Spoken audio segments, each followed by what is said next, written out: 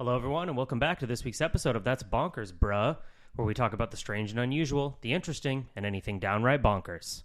I'm your host, Mitch. And I'm Kelsey. And we've got some fun stories today. Yeah, today's going to be a super lighthearted one. I feel like that's what the world needs right now, is just an easy, lighthearted, not messed up, no true crime, no spookiness today. Nope. It's just a fun, easygoing, lighthearted one about animals. Yep. When animals escape. No.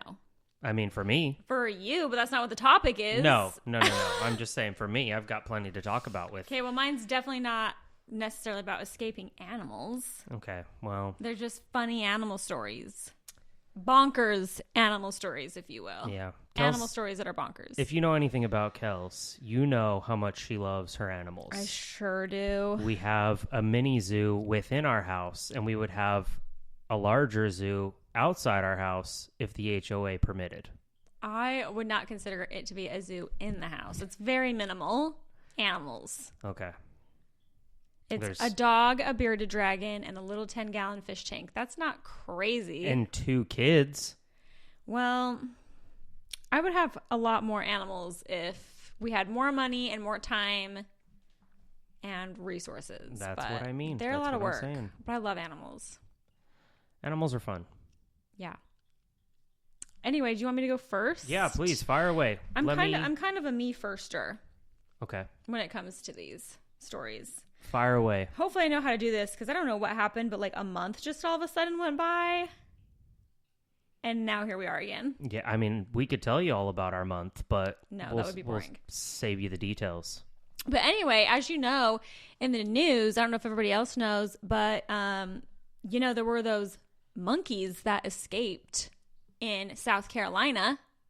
At this point, just nothing surprises me. Like, that's wild. These monkeys just escaped a research facility.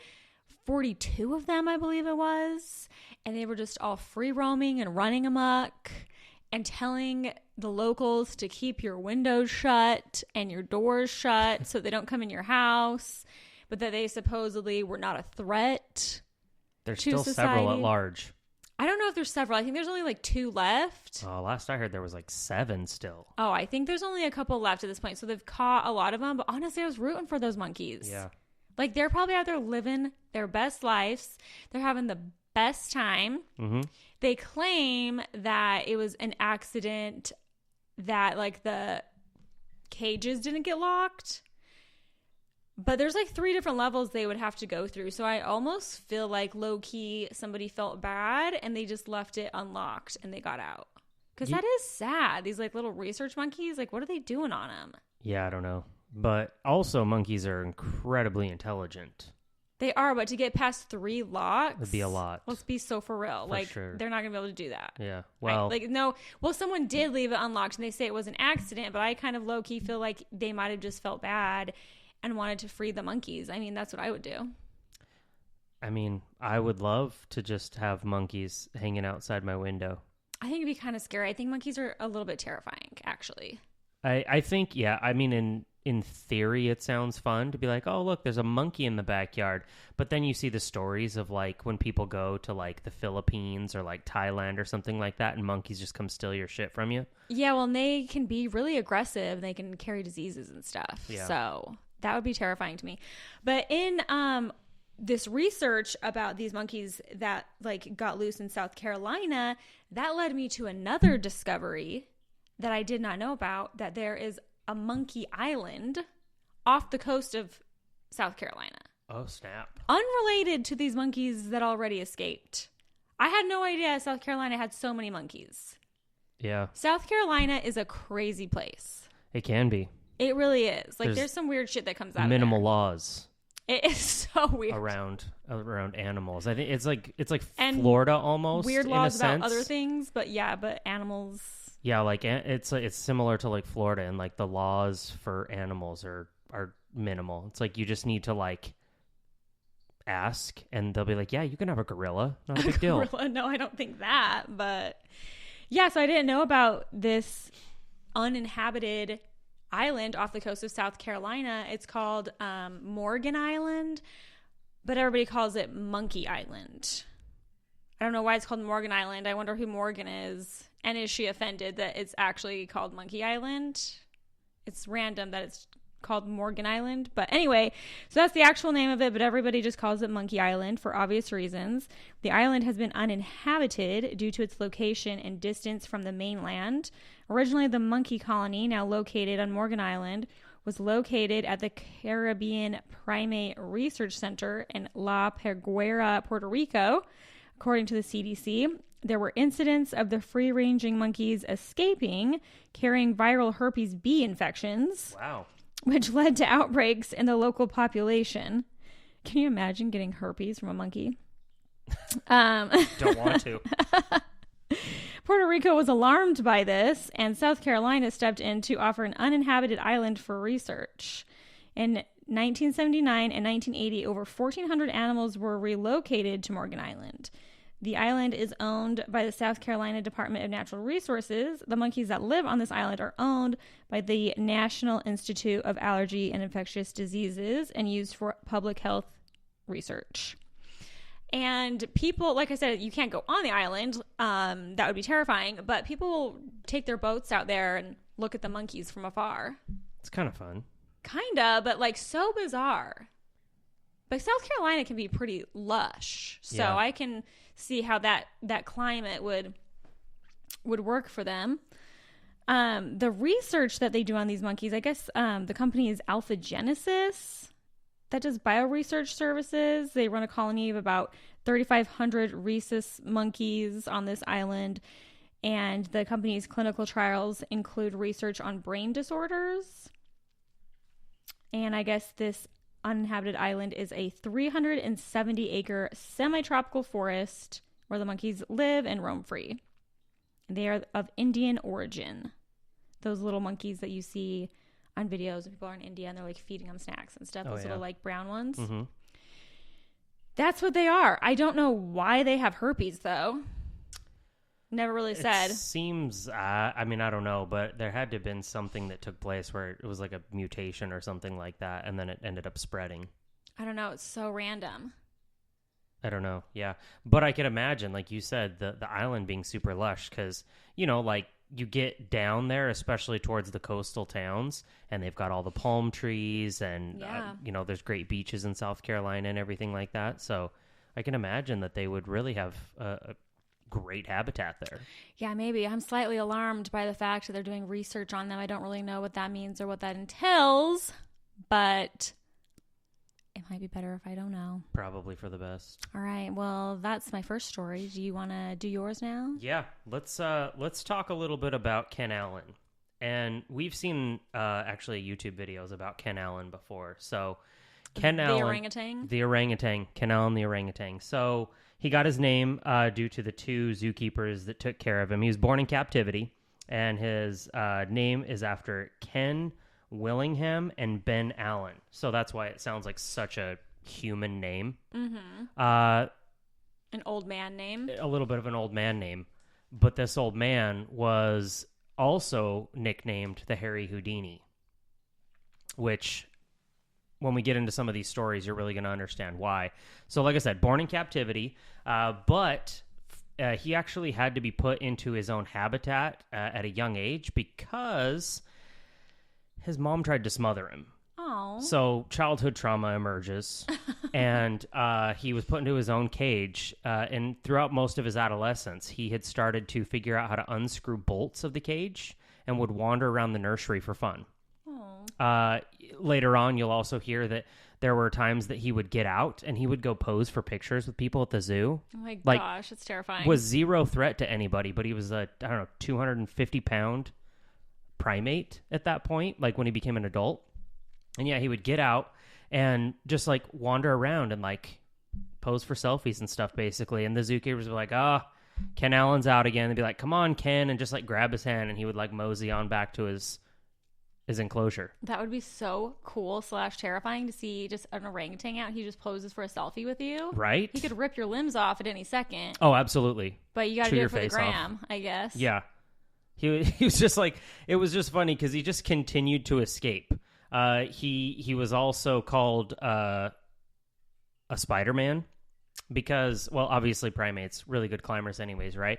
But there was instances where he just continued to get out of his enclosure. He would scale walls that they thought were like perfectly ape-proof to get out. And again, just wander around. He just wanted to explore. They hired professional rock climbers to be like, okay, see if you can get out of this wall. And they couldn't, but somehow Ken Allen just went ahead and hopped on out. They put a moat there for a long time, and that kept him in for quite a while because they don't really like water and everything like that. But there's suspicion that he caused an issue with like the pump in the moat. And so they had to drain it. And while it was drained, he crossed and again scaled this wall, just figured out how to get out and become a nuisance. He would steal things from the zookeepers without them knowing, and like a squeegee, for instance, and used a squeegee to help him get up some of these walls at times. Oh my gosh, they're so smart. He was just one of a kind, for sure. He developed such a following on social media where you could probably still find him. You could go find shirts that would say like "Free Ken," and they have the Orang Gang that had started like online groups and stuff like that, really rooting for Ken Allen to be able to get out. So he, unfortunately, never lived a life outside of the zoo. Right? He continued to escape with no issues, except this one's funny. He ended up hating his neighbor named Otis. Oh, yeah, I do remember this. Me and the kids watched a whole YouTube video about this, actually. Yeah. So, like I said, he would hop out, reportedly walk to different enclosures, look at the animals, walk around, pose for photos, just basically take in the sights. But he did not like Otis. And when he would get to Otis's pen, he would throw rocks at him. He just like, they hadn't gotten along because it sounds like they may have been pen mates early on. And just, I don't know if it was like dominance or whatever it was, but Ken held a grudge against Otis for life. Would just go and throw rocks at him for just seeing him. Hated the sight of him. It was his sexual rival, on The Inside Man. It was his sexual rival. That's a reference to The Inside Man on Netflix. It's a hilarious series that we just finished. Yeah. If you need a good watch. Ted Dance. That's one for you. Did his thing. So they had spent $45,000 on security measures, all to be completely unsuccessful. Like, that's the long and short of it, is they had tried to put him in with other females. He ended up teaching the females how to help. And so, like, they would hoist him up over the wall. They helped get a hold of a crowbar for him so that he could figure out how to, like, pry open the gate and stuff like that. These little groupies. Like, he was a menace to society, but, like, also, how do you not vote, root for Ken? Yeah, what do you do? Go Ken Allen. There was songs written about him called the Ballad of Ken. Like, this guy was just legitimately... Are you going to perform that song for us now? I haven't heard of it. Or haven't heard it. Oh, okay. So I can't sit here and be like, oh, yeah, hold on. Let me. All right. Anyways, so it he was a menace, but also you gotta love Ken Allen. You gotta. How do you not? I'm not mad at it. I know, right? Yeah, I just think it's hilarious that like he's just like, oh yeah, people and fun and oh F you, Otis. Yeah. You piece of shit. Just hurl rocks at him. Baby orangutans are so cute, but the big ones are so ugly. Yeah, he was an unfortunate looking orangutan. With a name like Ken Allen, I can't imagine he'd be a looker. All right. Do you want mine now? Go for it. It's okay. all you. So this one is about a homing pigeon in World War I. Did you know that they used homing pigeons in World War I? Quite a bit. I feel like I may have heard that before, but I don't know. They've always used like birds and stuff like that in war or at sea, stuff like it's so cool. like ravens or crows. But I guess I didn't realize pigeons were a thing. Yeah, homing pigeons. I feel like we should bring back homing pigeons. I think that'd be so cool. You could like send your friend a note. Okay. And be like, oh, send this to so and so. They'd go, and you could send notes via homing pigeon. Just hook it to a pigeon toe. I think that'd be so cool. Pigeons are badass. I don't care what anybody says. I mean, I want one as a pet. I don't know about pigeons. I could probably get behind like a Pigeons? crow or like a raven. Those are Crows and ravens are definitely really cool. Me and the kids watched a video about a crow today on YouTube for quite a while. Yeah. But actually, pigeons are pretty cool. They just have a bad rap. Okay, but listen. So this pigeon, his name was Cher Ami.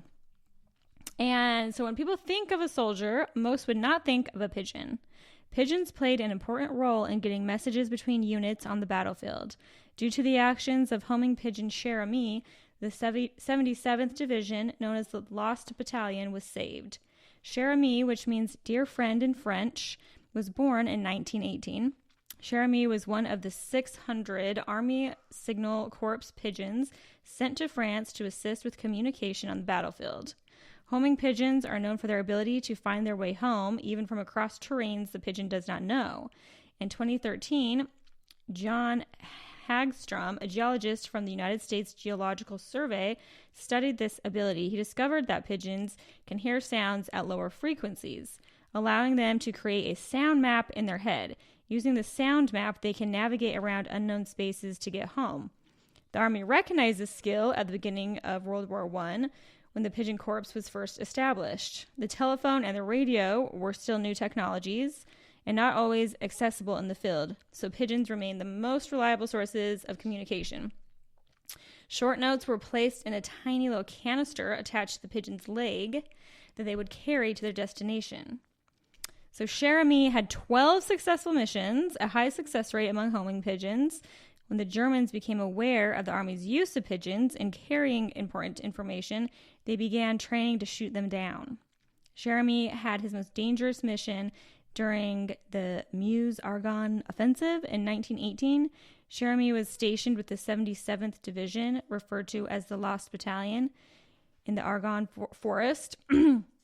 They found themselves cut off from the rest of the American troops under heavy bombardment. The battalion was trapped behind German lines and unable to make their position known. Soon, American bombs began falling on them on October 4th, making the situation very dire. Since they were out of the reach of the radio signal, using a homing pigeon was their only choice. American Major Charles Whittlesey, I think is how you say it, and his men watched as almost all of their pigeons were shot down by the Germans until they were left with only one pigeon, Cher Ami. They attached a note to Cher Ami's leg, writing, "We are along the road parallel to 276-4. Our own artillery is dropping a barrage directly on us. For heaven's sake, stop it." Cher Ami dodged German bullets, giving the soldiers hope until he was shot through the chest and fell to the ground. Against all odds, he returned to the sky to deliver the message. He flew at record speeds, covering 25 miles in his little less than a half an hour. He arrived at the American base with the message, alive but badly wounded. Army medics were able to save Cher Ami, but he lost his right leg and was permanently blinded. Due to Cher Ami's trip, the bombardment on the Lost Battalion stopped, and 194 men safely returned to American lines. Cher Ami was awarded the Croix de Guerre by the French government. I don't know how to say any French words. I'm not familiar with French at all, so I'm sorry if I'm not pronouncing it right.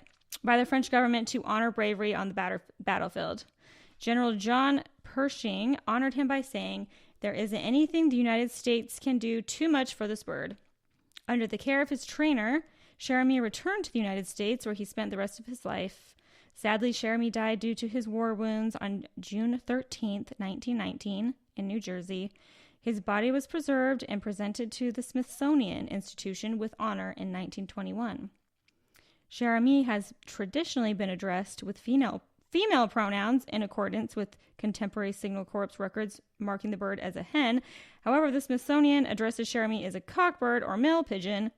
In 2021, in honor of the 100th anniversary of Cher Ami's display at the Smithsonian, the institution did DNA testing to definitely determine the bird's biological sex. The DNA settled a century-old mystery when it came back conclusively that Cher Ami was biologically a male. He's currently on display at the Smithsonian National Museum of American History, where people can learn about his courageous flight. That's gnarly. Isn't that intense? This poor guy got shot through the chest, lost an eye, lost a leg, and still he persisted. I thought like you were just going along, and I was really enjoying the story, and you're like, and then he was shot in the chest. I was like, well, that's a sad story. And then he kept going. He just kept going. Like he just that's the thing. He saved all those people. It's like a miracle. But yeah, we'll post this picture on our Instagram of him. But there he is, the stuffed version of the Smithsonian. Look at his little lost leg. What a guy! I know. Is it like the Smithsonian? Probably the one in. I think the Smithsonian's what, DC? I assume so. I don't know. I think it is. Isn't that wild? That is wild.